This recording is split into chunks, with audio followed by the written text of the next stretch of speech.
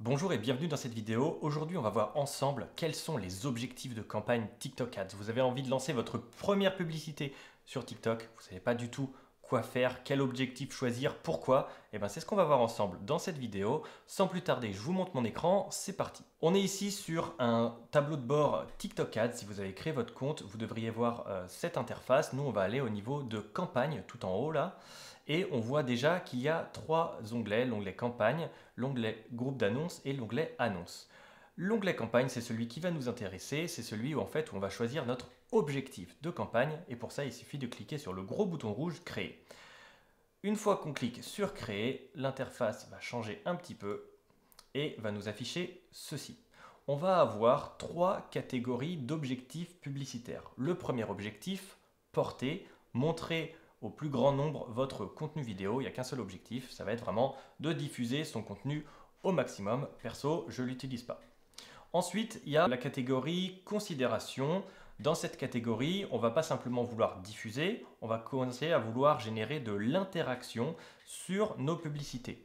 Dedans, premier objectif de trafic qui va permettre de faire en sorte que des personnes cliquent sur la publicité et soient redirigées en dehors de TikTok. Alors il faut faire attention avec cet objectif.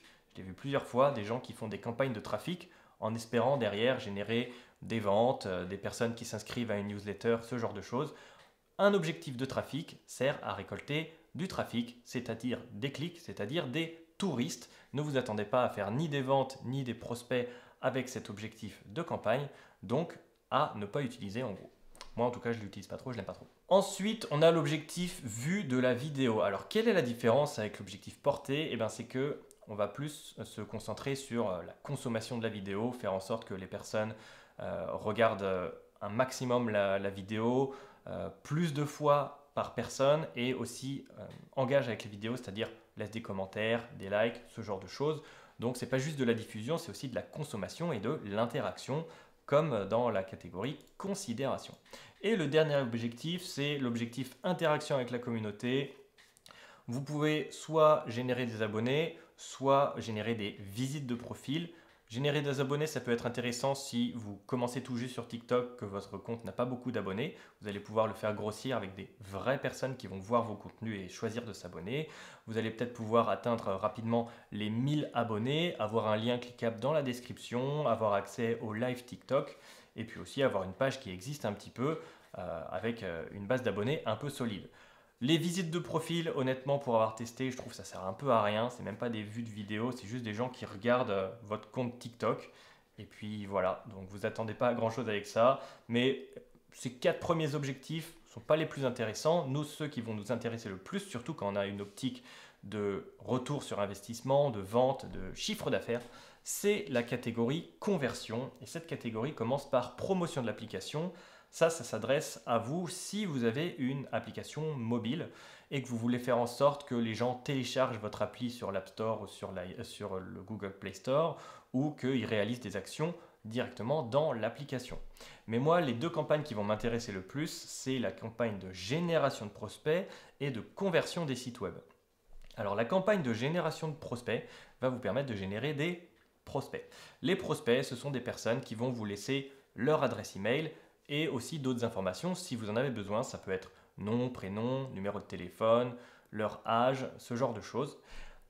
Et ces informations, vous allez pouvoir les capter directement depuis TikTok. Donc une personne va être sur son appli, va voir la publicité et quand elle va cliquer sur le bouton, un petit formulaire va s'ouvrir directement dans l'application et dans ce formulaire, les personnes vont pouvoir rentrer leur nom, prénom, etc., l'adresse email, et vous allez ainsi générer des prospects directement dans TikTok sans avoir besoin de les rediriger en dehors du site web.